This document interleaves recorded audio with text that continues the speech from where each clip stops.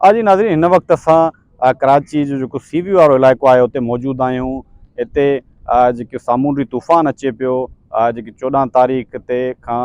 15 तारीख़ जेको हाणे हिन वक़्तु पहिरियों मौसमियात खाते जे तरफ़ां 14 तारीख़ ते अलर्ट जारी कयो वियो हो, पर हिन वक़्तु 15 जून ते जेको आहे केटी बंदर खे हिट कंदो हीउ सामूंडी तूफ़ान। उन जे पेश नज़र हिन वक़्तु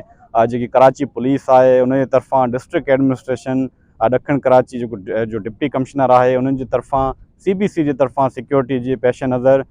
जेके ही मेन रोड आहे सीवी जो उनखे बैरियर हणी करे बंदि कयो वियो आहे। गाॾियुनि जी जेकी अचु वञु आहे उनखे रोकियो वियो आहे। पूरी सिक्योरिटी माण्हुनि खे जेको महफ़ूज़ करण लाइ कलम 144 जेको लागू कयो वियो आहे। समुंड में जेके आम शहरी आहिनि उन जे अचण ते पाबंदी लागू कई वई आहे। ख़िलाफ़ वर्ज़ी जेकॾहिं को बि कंदो त उन ख़िलाफ़ जेको लाॻापियल थाणो आहे डिस्ट्रिक्ट एडमिनिस्ट्रेशन उनखे कार्रवाई जूं जेको आहे उहे हिदायतूं कयूं वियूं आहिनि। जेके हितां सीवियूं ते रहंदड़ आहिनि रहायशी इमारतुनि में उन्हनि खां सवाइ कंहिंखे बि इन जेको मेन रोड आहे सीवियूं जो उन ते वञण जी इजाज़त न आहे। जेकॾहिं असां ॻाल्हि कयूं त जेकी सिंध हुकूमत जी तरफ़ां चइनि डिस्ट्रिक्ट एडमिनिस्ट्रेशन जा जेके डिप्टी कमिश्नर्स आहिनि उन्हनि खे हिदायत कई वई आहे त फ़ौरी तौर ते जेके सामूंडी इलाइक़नि में मुहाणा आहिनि रहंदड़ आहिनि मुहाणनि जूं वसंदियूं आहिनि उन्हनि खे जेको आहे ख़ाली कराए महफ़ूज़ हंधनि ते आबादी खे मुंतक़िल करण जूं हिदायतूं कयूं वियूं आहिनि। जेकी मुबारक विलेज आहे, बाबा भिट आहे, जेकी मुख़्तलिफ़ जेके सामूंडी इलाइक़नि जी इब्राहिम हैदरी, चश्मा ॻोठ, लठ बस्ती समेत मुख़्तलिफ़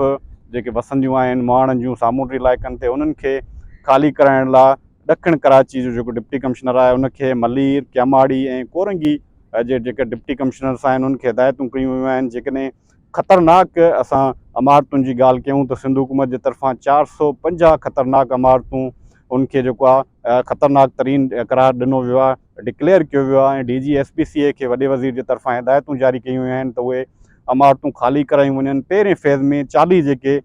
ख़तरनाक तरीन इमारतूं आहिनि उनखे फ़ौरी तौर ते ख़ाली कराइण लाइ district administration, DG SPCA, CBC समेत मुख़्तलिफ़ जेके लाॻापियल अख़्तियारूं आहिनि उनखे हिदायतूं जारी कयूं वियूं आहिनि त इन इमारतुनि खे ख़ाली कराए आबादी जेकी आहे उनमें रहंदड़ माण्हू आहिनि उनखे महफ़ूज़ हंधनि ते मुंतक़िल करण जी हिदायतूं जारी कयूं आहिनि। जेकॾहिं शहर जी ॻाल्हि कयूं जेके